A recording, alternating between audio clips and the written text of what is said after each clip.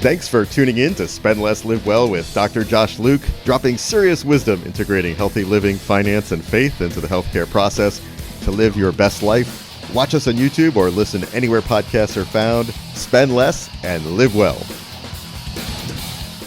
Welcome to episode 2 of Spend Less, Live Well.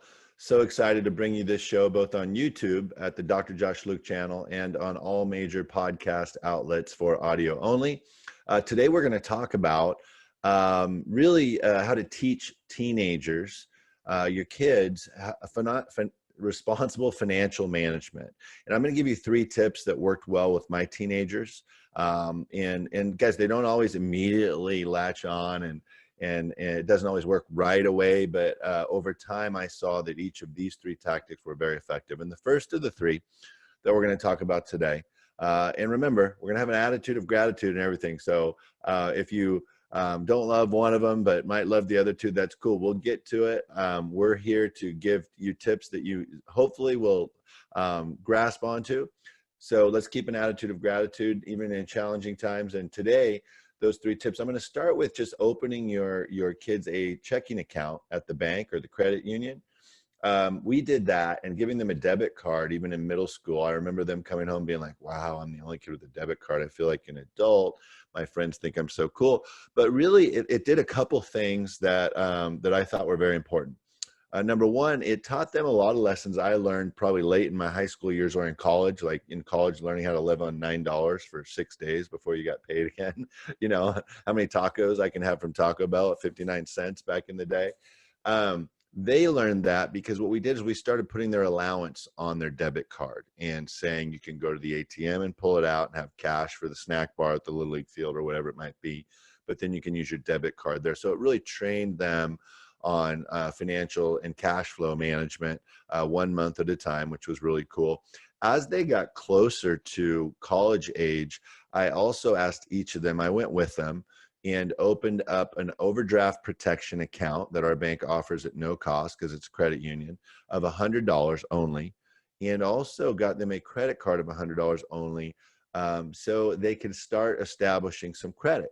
And I asked my son to go ahead and buy the next thing on the credit card and then immediately pay it off online, which he did. So I'm teaching him online banking skills, but they're also building credit. And when my son fell in love with a 66 Mustang and wanted to buy it and asked if mom and I could help, we said we'd pay a portion, but he needed to pay for most and he needed to take out a loan. And even then the credit union was like, wow, he doesn't have much of a credit history. And we're like, well, he is 17 years old. But the fact that he did have a credit history, we didn't even have to co-sign for that loan. He got the car of his dreams. He's established credit. All those things are great. And also, I think there's a lot to be said for, I've been a member of that credit union for 25 years now, and that means a lot. So for him to have started his history with that bank as a 14-year-old, now on to about 20 years old, he's already got 5 or 6 years of a history with them. And that means a lot at a credit union. So folks, open up a checking account for those kids, get them a debit card, keep a low amount of cash in there because tomfoolery happens at schools and with kids. Teach them how to withdraw money from the ATM, but also to use their debit card, how to keep their PIN private. So really, not rocket science, but just opening up a checking account for your kids at the bank, teaching them how to use a debit card, and also over time opening a credit line if they have that, or just an associated credit card that can be paid off directly from the bank to that to those accounts. Okay, that's tip number 1. Tip number 2 of our 3 tips, and remember, we're always going to try to keep it under 15 minutes on this show. We want you to get in and out of here, and if you love it, tune in to the next one and keep on going. Tip number 2 is, and I read this in one of the books that we're going to be talking about in the episode where we're going to talk about 3 or 4 financial management books for kids and starters like me. And I learned this when I was reading The Millionaire Next Door and Rich Dad, Poor Dad, which are going to be 2 of the books that are featured on that list. Buy your kids some stocks. Open an account. If they're under 18, you have to joint with them, which is fine. But you put a couple grand in there, a couple hundred if that's all you have.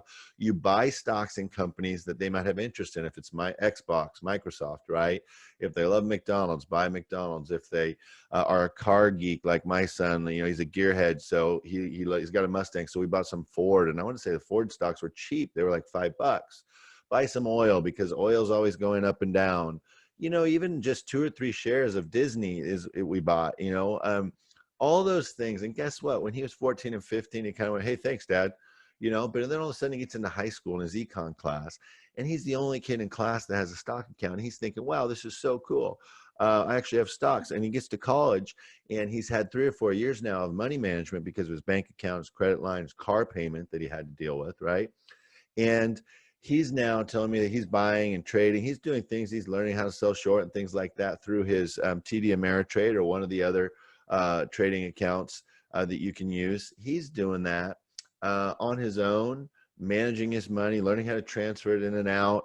I think some of the kids use Robinhood, all those different things. And the having a stock account and having it in different industries that he may have an interest in has gone a long way. And by the way, that $2,000 I put in for him when I was having a really good year and said, how can I best invest this money in my future and our future? Well, why not do that for your kids? I took $2,000, put it in an account for each of them.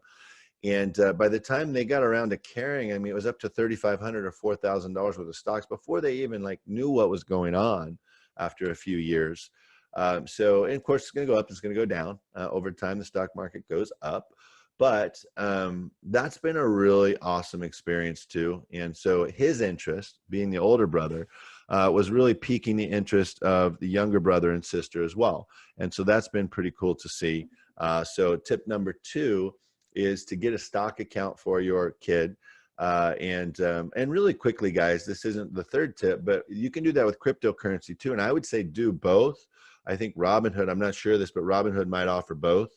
Coinbase is the easiest place to start with cryptocurrency if you're not a cryptocurrency investor at present. But I would tell you right now, if you want to learn about crypto, whether you're a skeptic or not, Coinbase is a great place to start. Put $100, $200 in there, buy a portion of a Bitcoin. Okay, buy $100 worth of Bitcoin and buy maybe 1 or 2 other coins that are less expensive, and just watch and learn. And that's how most people, I've been in the crypto markets for a couple of years, probably since 2017, 18. And most people that have been hesitant but want to get in, I say, hey, just open a Coinbase account because it's the most user-friendly and that I've experienced to date, and watch it. And that's how you're going to learn. So whether it's crypto or stocks, I would encourage both. It's very important because they're very different. Crypto, the liquidity of crypto, you can have it in your hands within an hour or so nowadays on Coinbase once you establish a history with them. So those are great learning experiences for teenagers and college students. So that's 1 and 2. 1 is open a checking account, and then over time, the overdraft protection, the credit card, maybe a car payment, establish history, get them a debit card, establish that they have that credit and responsibility. Number 2, open a stock account and a crypto account if you can, even if it's just a couple $100. Buy stocks in areas that interest them. If you're going to invest in crypto, for sure, get a piece of a Bitcoin because that's the one they're talking about, but get a 1 or 2 shares of something else too. Yes, really quickly, last point on crypto, you can buy $100 worth of Bitcoin, even if it's worth $9,972.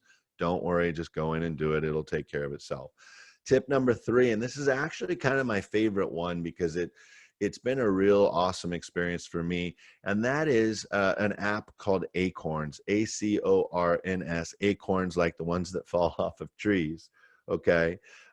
Acorns has been an awesome app for my children, and you need to be 18 to open one, so parents help them open one if they can. Here's why I love it.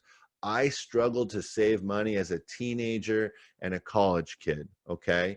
But Acorns allows you to say, hey, pull $5 a week out of my checking account, pull $20 a month out of my checking account, pull $100 out because I got paid today and I just want to send an extra $100, but you can schedule it to do $5 a week every Monday. I actually bumped my kid's allowance $20 and said, we're setting up an Acorns account and it's pulling $5 a week. Don't you dare take that money out. Don't you dare cancel the Acorns investment, because it starts to accrue. They start to learn about saving.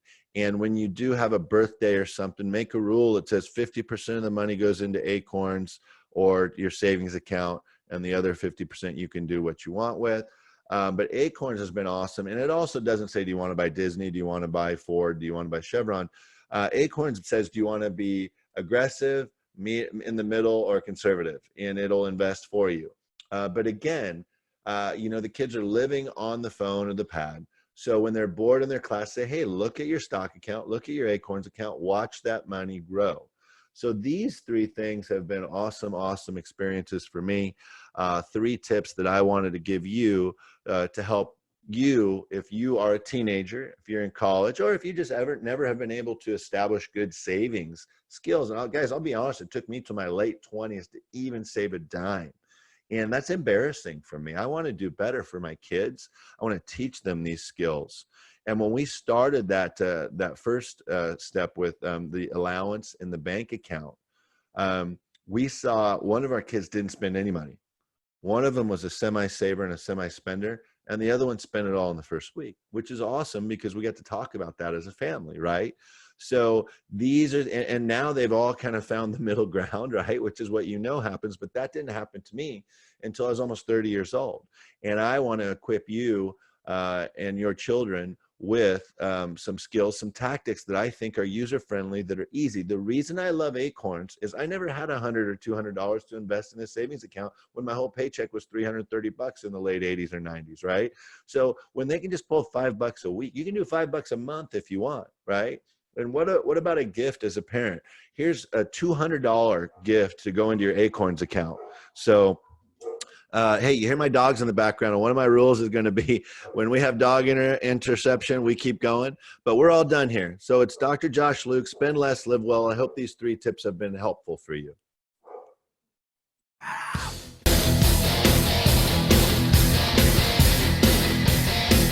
Thanks for tuning in to Spend Less, Live Well with Dr. Josh Luke, the crossroads of integrating healthy living, finance, and faith into the healthcare process to live your best life. Watch us on YouTube or listen anywhere podcasts are found. Spend less and live well.